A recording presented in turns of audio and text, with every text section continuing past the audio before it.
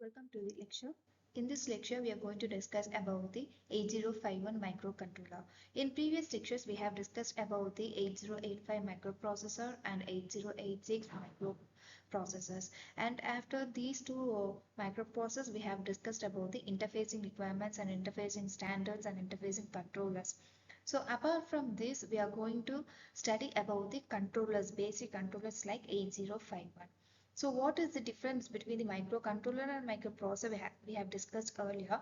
As we know, in microprocessor we have only the processing unit, whereas in microcontroller we have the inbuilt memory like RAM, ROM in the architecture, in the chip itself. So let us discuss about what is 8051. So 8051 microcontroller is designed by Intel in 1981. It is an 8-bit microcontroller.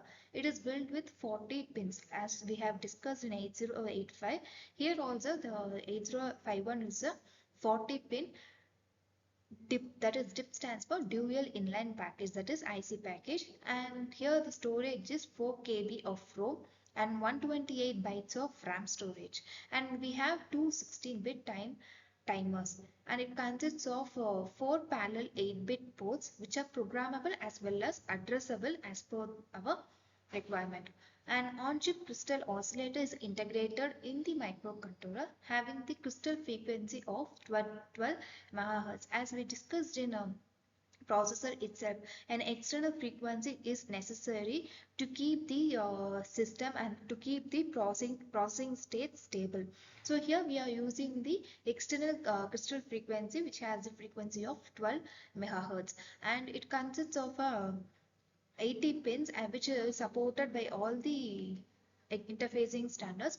The system bus has the 8-bit bus. Here you can see we have bus of 8 bits and 16 address bus and bus control signals. As these are the mandatory things which we have discussed in the processor itself.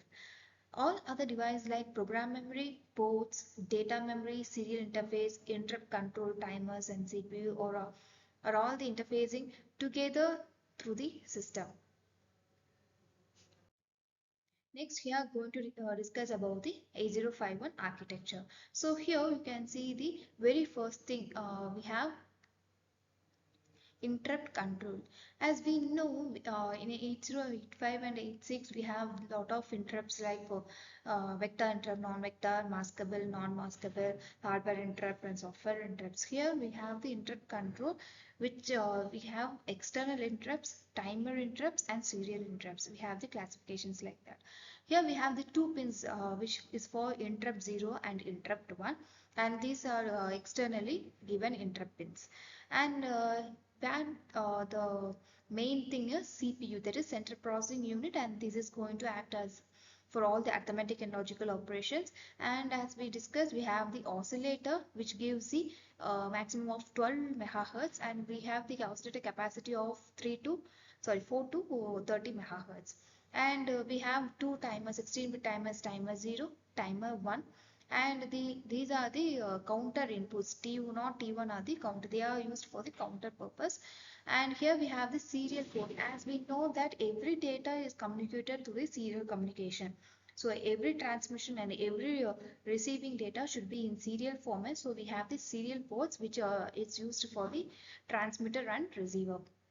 And we have the 4 input output ports, and through this input output ports the address or data buses are enabled. So we have 4 input output ports, and we have the bus control. As usual in the processor, we have the bus control to enable these input output ports.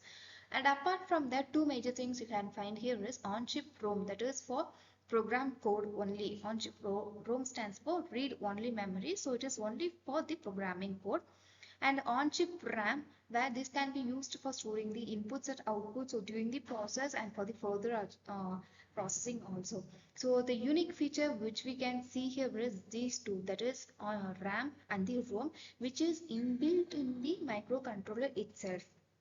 So we can differentiate it like RAM is used for inputs and outputs while processing and for the future processing also, where ROM is only for the programming code to be stored. So apart from this, we can find that architecture of 8051 is very simpler compared with the 8085 and 8086. So in the next lecture, we will discuss about the pin configuration of 8051.